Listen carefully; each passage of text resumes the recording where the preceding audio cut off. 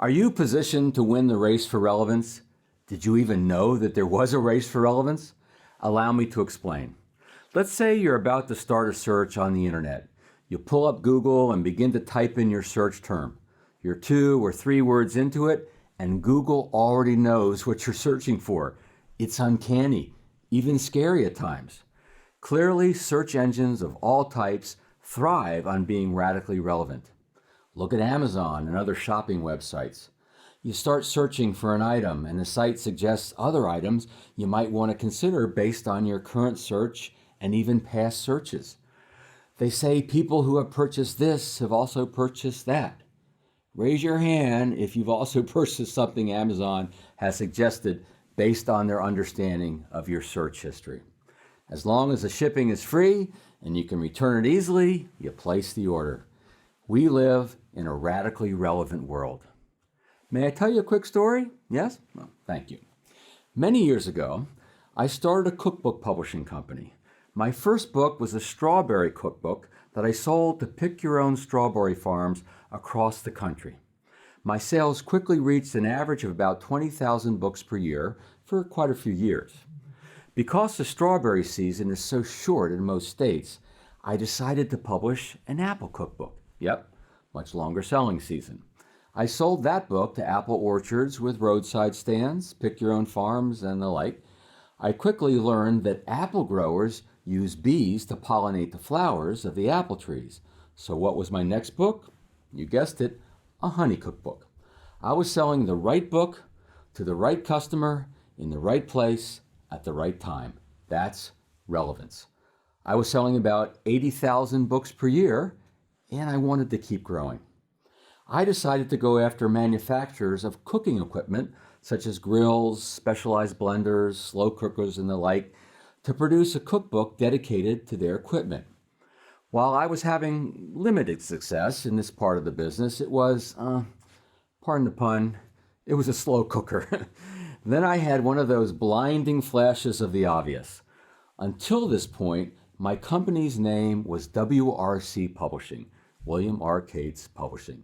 My company name meant nothing to anyone but me. So I changed the name of my company to the American Cooking Guild. And that was like a rocket ship was launched. I mean, who would you buy a cookbook from?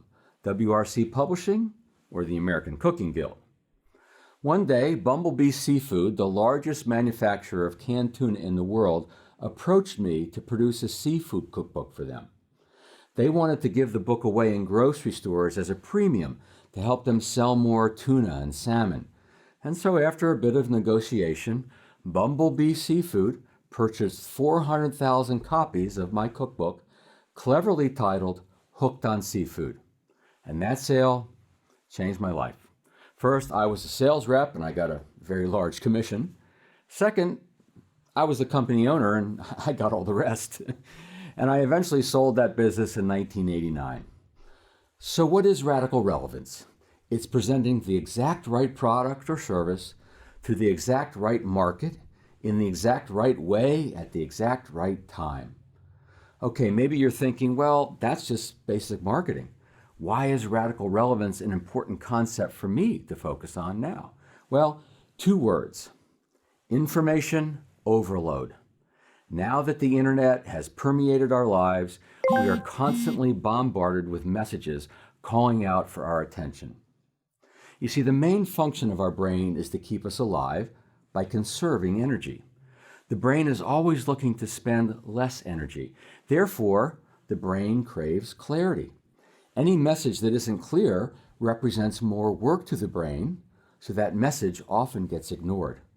The brain has to constantly sift through the bombardment of messages to quickly evaluate if it's a message that is relevant and requires more attention, or if it's irrelevant and can be ignored.